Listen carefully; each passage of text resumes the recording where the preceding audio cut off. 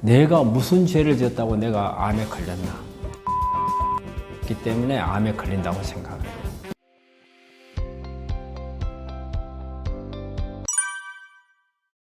우리 암 환자들이 대개 보면 이제 면역이 떨어져서 이제 암이 이제 오는 경우가 참 많죠. 근데 이 면역이 떨어지는 원인 중에 하나가 자기 자신한테 있어요. 그래서 우리 암 환자들이 대개 이런 말을 많이 해요. 암의 진단을 딱 받고 나면은 내가 무슨 죄를 지었다고 내가 암에 걸렸나?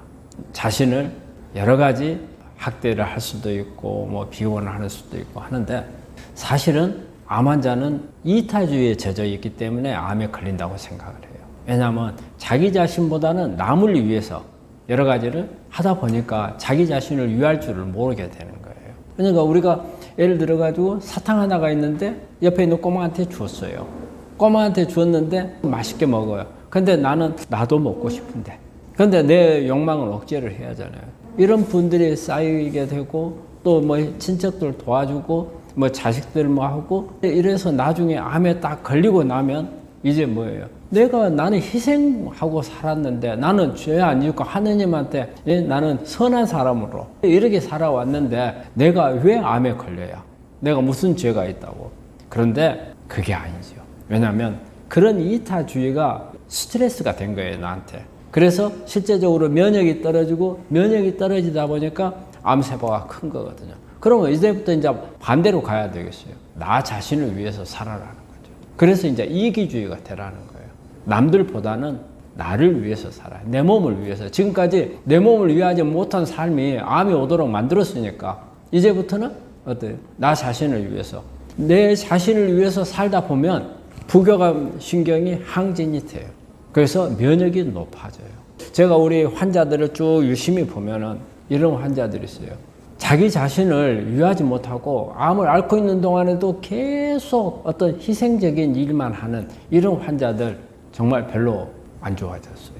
그리고 되게 그런 분들이 뭐냐면 더 그런 부분에 대해서 더 집착을 해요. 이 사람한테 이런 경우가 있어요.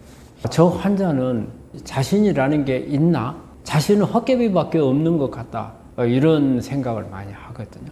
그래서 저는 우리 환자들한테 너 자신을 위한 이제 남 생각하지 마라. 이타주의를 버리고 이기주의를 해라. 그래서 저는 이제 가끔 이 말 쓰죠. 우리 환자들은 명품을 좀 가져라. 명품이라는 게 뭐예요? 내가 나를 멋지게 치장하고자 하는 거잖아요. 이거는 남들보다 봐달라는 뜻이거든요. 나도 이제 이런 사람이다. 그때 이제 내 자신을 찾는 거예요. 그래서 명품이라고 하는 게 진짜 무슨 뭐 여러 가지 비싼 이런 부분들이 아니고 내가 하고 싶은 것들을 조금씩 치장을 하고 지금까지 누구한테 줬던 것을 그것을 나한테 쓰도록 하는 이런 부분들을 그래서 자기 자신의 자존감을 찾는 게 저는 아주 중요하다고 생각해요. 자존감을 찾을 때 내 거 면역이 올라옵니다. 이런 분들이 있어요. 제가 전에 봤던 환자인데 폐암을 가지고 있는 남자분이었는데 한 40대, 50대 중간 정도 이렇게 되는 분이었는데 이분이 아주 성격도 소심하고 말도 없고 그런데 어느 날 이제 저하고 이제 상담을 하게 됐는데 제가 이제 우리 환자분들한테 왜 암에 걸렸다고 생각하느냐 이런 농담을 이제 종종 하거든요. 하다 보면 그분한테 이제 그런 이야기를 했죠. 당신은 왜 암이 걸렸다고 생각을 하느냐. 그랬더니 이야기를 해요. 자기가 몇 년 전에 친구한테 돈 3억을 빌려줬대요. 3억을 빌려줬는데 그때부터 그 돈을 못 받아가지고 자기가 스트레스를 받고 그래서 끝내는 내가 암에 걸렸다.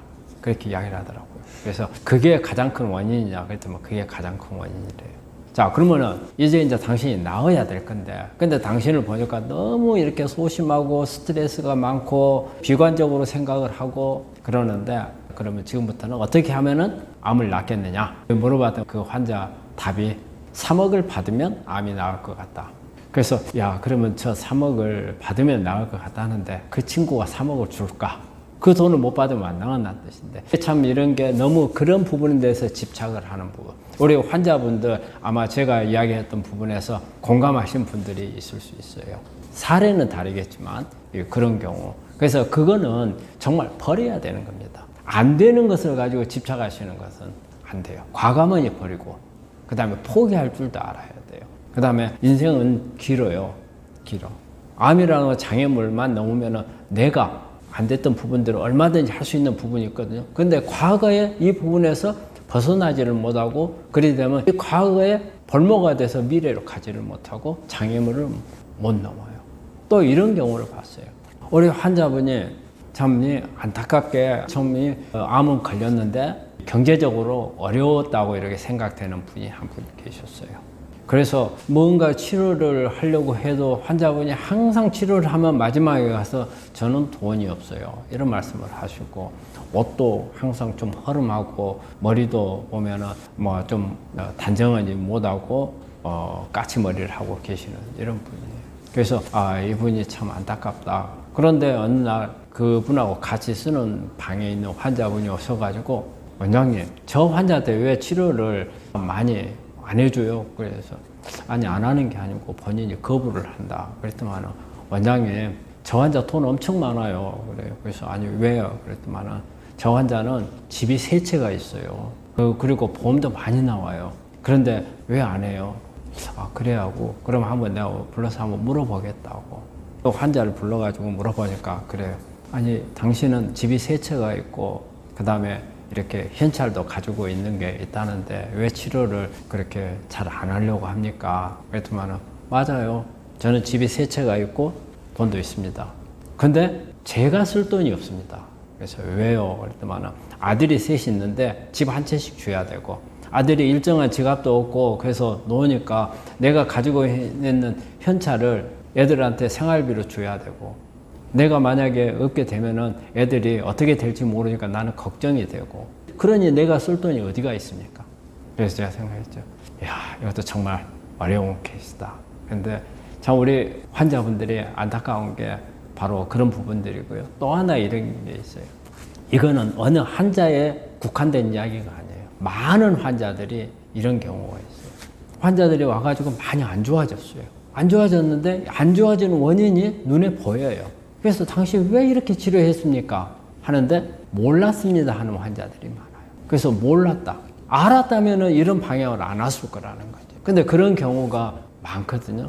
그래서 우리 이런 부분들은 환자분들이 정보력이 너무 부족해서 그런 부분이에요. 알기만 했더라면 이렇게 안 왔을 건데 어쩔 수 없는 사정으로 온 경우는 어쩔 수가 없는 거죠. 하지만은 그렇지 않고 얼마든지 좋아지고 좋은 치료법을 통해서 할 수가 있었고 그런데 정말 이제 더 이상 돌이키기 어려운 상태로 해서 오는 경우 이런 경우는 참 안타까워서 정말 암에 대해서는 우리 환자들이 열심히 공부를 좀 해야 되겠다. 우리가 학교 공부는 내가 발전을 하고 돈을 벌기 위해서 한 공부였지만 이런 암에 대한 공부는 내 목숨을 건지기 위한 공부라는 것을 이걸 좀 생각하시고 자기 자신이 가지고 있는 암은 자기 자신의 결정권을 가지고 치료할 수가 있고 자기가 가장 잘 아는 사람이 되어야 된다는 것을 좀 말씀드리는 이런 안타까운 경우가 있었어요. 그런 부분들이 지금까지 제가 환자 보면서 가장 크게 느꼈던 그런 환자들이 아닌가 생각을 합니다.